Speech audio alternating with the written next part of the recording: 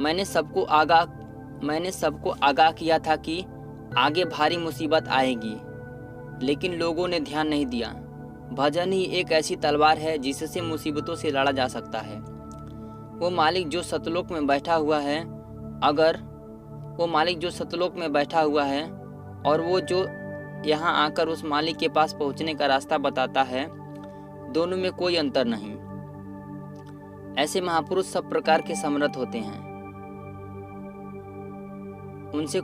उनसे बड़ा कोई नहीं है।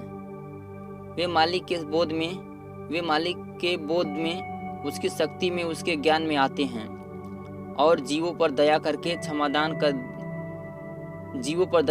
क्षमादान देकर उन्हें मालिक के पास सतलोक में पहुंचा देते हैं।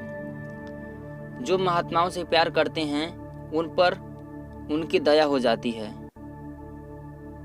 निष्कपट भक्ति करोगे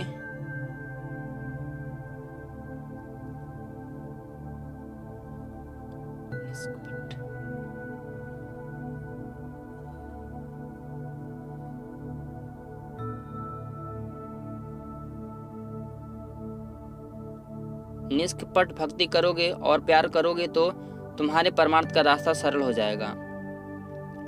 तुम बीमारी लेकर यहाँ आते हो तो मैं कहता हूँ कि सेवा करो।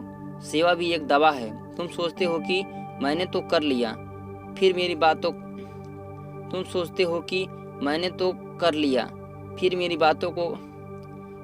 बात तो कट गई। अब जाओ फिर दवा खाओ। तुम अपने को पहले देखो, फिर सेवा करने के बाद अपने आप को देखो कि तुमको फायदा हुआ या नहीं। आदमी सनकी हो गया। महात्माओं की दो बातें तो सुनता नहीं, तो मुसीबत तो आएंगे ही। आगे मुसीबतों का पहाड़ टूटेगा। साधक गुरु के वचनों को याद करता चले और अपनी साधना में लगा रहे तो एक दिन अपने घर सतलोक में पहुंच जाएगा। वहां काल भी कभी नहीं जा सकता। दोनों आंखों तक मनुष्य शरीर का नाका है, अर्थात मृत्यु लोक का नाका है। उसके ऊपर आत्मा की बैठक है।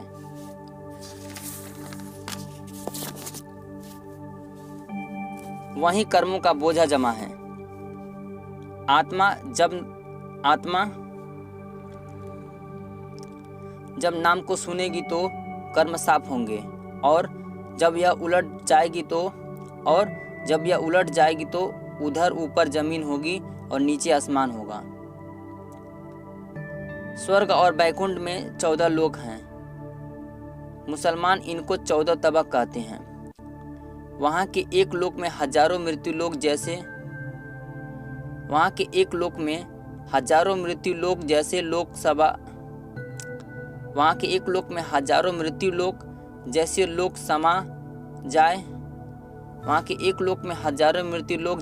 समा जाए। इतने बड़े बड़े लोक हैं जिनमें जीव आत्माएं सुखमय जीवन बिताती हैं। वहाँ कोई कष्ट नहीं और न ही अंधेरा यहाँ जैसा अंधेरा है। तुम्हारे कंधों पर देवता बैठे रहते हैं और 24 घंटे उनकी कलम चलती रहती है। तुम एकांत में बंद कमरे में भी बैठकर जो कर्म करते हो वह सब नोट होता है। महात्माओं से तुम्हारा कोई काम छिपा नहीं रहता, वो बराबर देखते रहते हैं। तुम किसी के बारे में बुरा मत सोचो। यदि दूसरा तुम्हारे बारे में बुरे विचार अपने मन में लाता है तो वो जाने और उसका काम जाने।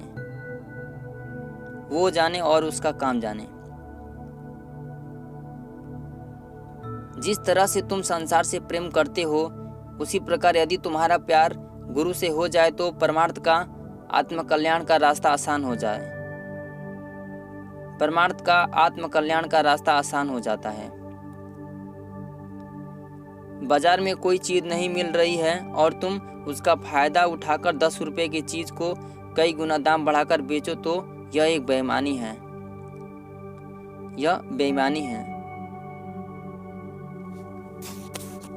अपने कर्मों को बोझ तो तुम उठा नहीं पाते। अपने कर्मों की बोझ को अपने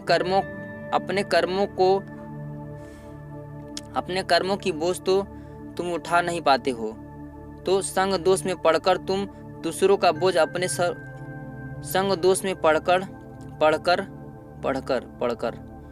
दोष में पढ़कर तुम दूसरों का बोझ अपने ऊपर क्यों लादते हो। ऐसे लोगों के साथ